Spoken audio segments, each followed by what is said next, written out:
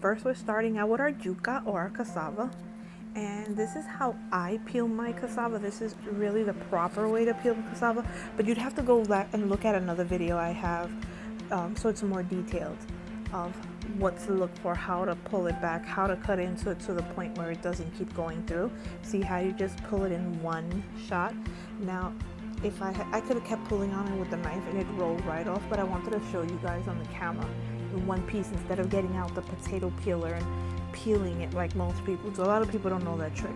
So you put your cassava in cold water. You can actually add some salt to this water if you wanted to, but I just added mine to cold water. Now we're going to take out our grater and we're going to start to grate this all on the fine side of the grater.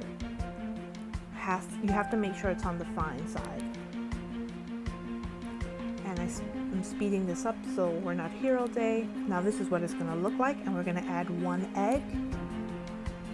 And we're going to I added about half a teaspoon of salt. The salt is up to you how much salt you can tolerate, but it should be salty. It should not be bland.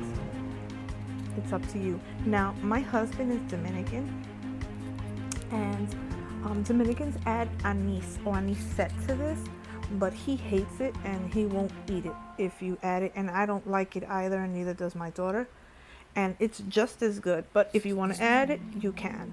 So I melted 2 tablespoons of butter and I added it to it, and the butter is what's really going to give it a really good flavor.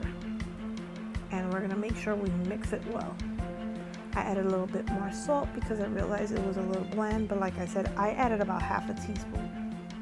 And we're going to add 1 tablespoon of milk, and we're going to mix it very well until you don't see it wet like that. So this mixture is going to be somewhat wet like this. Now to a frying pan with about 1/4 cup of oil that I heated up. We're going to have this like on a medium or medium low, and we're going to start to add the batter or the mixture. I'm making mine about a tablespoon. Now don't do what I just did. See how I moved it before it set or it starts to turn a little brown?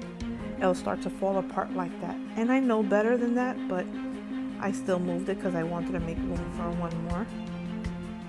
But just to let you guys know. Now we're going to let it fry there until you see it starts to turn golden brown around the edges. And then you know to start to flip it, because if not, it'll burn. And we're just going to keep waiting. And you can see you can flatten them out now if you wanted to. And we're just going to let them all start to turn golden brown. So I'll continue to turn them, because you want to make sure, even though the edges will turn golden brown first, the middle still may not be cooked. So it may be uncooked, and you don't want that. So you want to make sure that you cook it, that it cooks all the way through. So I'll keep checking them. So like this is perfect, and you can tell that it cooked all the way through. I will put a napkin in a plate, and you want to put them. So you just want to put them in the plate with the napkin so that the grease drips out into the napkin. And we're just going to keep repeating this process. Flipping and watching and making sure that they cook all the way through, not just on the edges. So this is a very fairly easy recipe.